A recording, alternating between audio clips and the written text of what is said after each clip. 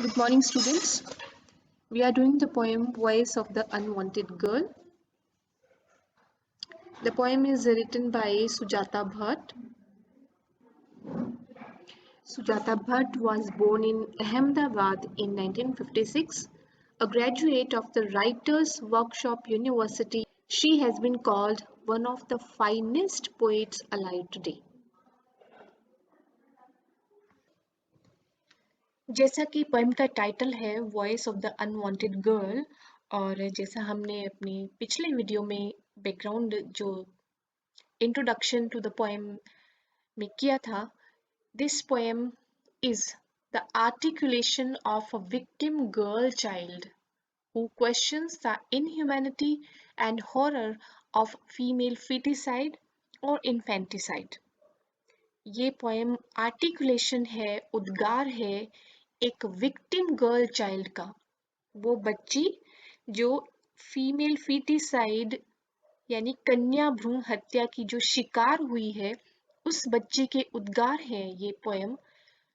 और ये बच्ची questions the inhumanity and horror, ये सवाल करती है जो फीमेल फीटिसाइड है, कन्या भ्रूण हत्या है, या इन्फेंटिसाइड कन्या शिशु हत्या है, उसमें जो अमानवीयता क्रूरता है, उस बिहेवियर पर, इंसानों के उस व्यवहार पर सवाल उठाती है ये पोएम इस जो विक्टिम है, जो गर्ल चाइल्ड है, उसके थ्रू। The poem taken from the anthology my mother's way of wearing a sari. ये पोएम इस एंथोलॉजी से ली गई है। एंथोलॉजी हम कहेंगे जिसे हम संकलन कहते हैं, a collection of poems, plays, stories etcetera.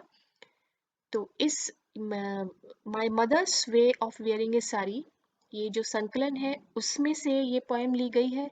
Has been written with rare sensitivity and social concern, बहुत ही सेंसिटिविटी, संवेदनशीलता के साथ ये पोएम लिखी गई है। हमें सामाजिक सरोकार इसमें नजर आता है। And this poem critics patriarchy. Patriarchy means वो सिस्टम गवर्नमेंट का या सोसाइटी का जहाँ पर पुरुष ही, मेल ही हेड होता है, मुखिया होता है, और सारे अधिकार उसी में निहित होते हैं। उस सिस्टम का ये पोएम विरोध करती है। And it demands for a world in which gender discriminations are erased, और एक ऐसी दुनिया की मांग करती है ये पोएम जहां पर जेंडर के आधार पर होने वाले डिस्क्रिमिनेशंस खत्म हो गए हों, इरेज हो गए हों, इरेडिकेट हो गए हों।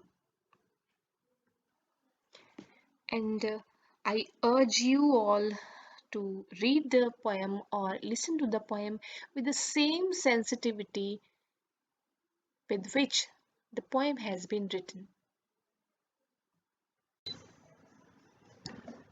Voice of the Unwanted Girl, अनचाही बच्ची की आवाज। Mother, I am the one you sent away when the doctor told you I would be a girl. The speaker of these lines is an unborn female fetus who was killed in the womb. The poem is written in the form of an address to the mother by the female fetus. ये इन lines का जो speaker है वो female foetus है, unborn female foetus, उसी की आवाज़ है ये, जहाँ जो टाइटल में हमें शो हो रहा है voice of the unwanted girl, उसी फीमेल फीटस की आवाज़ है जो कि अपनी मदर के वूम में ही जो मारी जाती है। और ये पोएम एक एड्रेस यानी संबोधन, मदर को संबोधन के तरीके से लिखी गई है। ये एक संबोधन है, ये जो वॉइस है वो डायरेक्ट अपनी मदर से यहाँ पर बात कर रही है। And the poem deals with the social problem of female feticide, as we have already discussed. The practice of sex determination and sex selective abortion is illegal and unethical, yet it has remained widespread social evil. उसी को यहाँ पर pungent तरीके से The poet presents the pain of the female fetus when she learns that she is not wanted by her parents. यहाँ पर जो voice है अनवांटेड गर्ल की, अनवांटेड फीमेल फीटस की, अपनी माँ से बात करती है. This is a one way conversation actually. This is an address, संबोधन है मदर को. बच्ची कहती है, mother I am the one you sent away. माँ, मैं वही हूँ जिसे तुमने अपने से दूर भेज दिया. You sent away. And reason was when the doctor told you I would be a girl. और तुमने मुझे अपने से दूर कब किया? जब डॉक्टर ने कहा I would be a girl. So the speaker is more hurt by the realization that her mother, being a woman herself, decides against having a female child. She learns that she is not wanted by her parents just because she is a girl. In the end, they had to give me an injection to kill me. The speaker, ये जो voice है, वो अपनी माँ से कहती है कि once उसे ये समझ में आ जाता है कि that once her gender became known, it was decided by her parents that the pregnancy was to be terminated. बच्ची को ये समझ में है ये बात कि जब डॉक्टर ने पेरेंट्स को या मदर को ये बताया that the child is going to be a female child, तो the mother decided to send her away. In the end, और उसे दूर करने के लिए क्या किया गया? They had to give me an injection to kill me. They had to, उन्हें देना पड़ा injection. Because I was destined to live, yet they had to give me an injection to kill me. The word that has been used here is to kill me. Kill, मारना किसी को, और मुझे मारने के लिए उन्हें इंजेक्शन देना पड़ा. They had to give me an injection because it was not my natural death. I was killed, and to kill me, they had to give me an injection. So, at the very outset of the poem, poem के beginning में ही complaint यहाँ पर नज़र आ रही है बच्ची की तरफ से कि मैं वही हूँ. अपनी मदर को अवेकन करने की कोशिश करती है, अपनी मदर की कॉन्शियस को. ये आवाज़ कि ये आवाज़ उसी की है जिसे डॉक्टर्स के कहने पर तुमने अपने आप से दूर कर दिया था और तुमने मुझे मारने का डिसीजन लिया था, और उसके लिए तो उन्हें मीन्स डॉक्टर्स को मुझे इंजेक्शन देना पड़ा. सो दैट मीन्स यहाँ पर the girl child is fully aware of the fact that she was killed by the doctors. Before I died, I heard the traffic rushing outside, the monsoon slush, the wind sulking through your beloved Mumbai. It is a well-known fact that babies can perceive external sounds from inside the womb. कि बच्चे mother के वूम में भी बाहर की आवाज़ें सुनते हैं और फीलिंग्स उनमें होती है. उनकी सभी जो सेंसेस हैं वो काम करती हैं. तो यहाँ पर भी सेंस ऑफ हियरिंग जो बच्चे की है वो उसके बारे में बात कर रही है कि बिफोर आई डाइड, मरने से पहले, I heard the traffic rushing outside.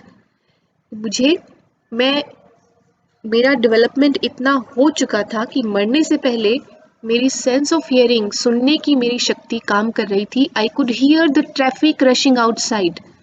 बाहर भागते दौड़ते ट्रैफिक की आवाज़ मैं सुन सकती थी. The monsoon slush. Slush is partially melted snow और आइस उसे बोलते हैं, लेकिन यहाँ पर मुंबई की बात हो रही है तो मॉनसून सीजन की जो आवाज़ें हैं, बारिशें और उससे रिलेटेड जो भी साउंड्स है, बच्ची बोलती है मैं वो भी सुन पा रही थी. The wind sulking through your beloved Mumbai. Wind, हवा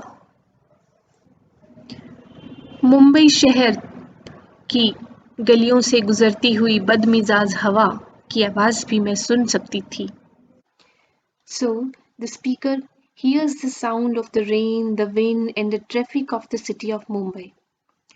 But she said that she could not live to experience those sounds. The wind sulking through your beloved Mumbai. Here, the name of the city is important. Mumbai. यानी ये जो भी female foeticide का जो crime हुआ है that took place in the city of Mumbai.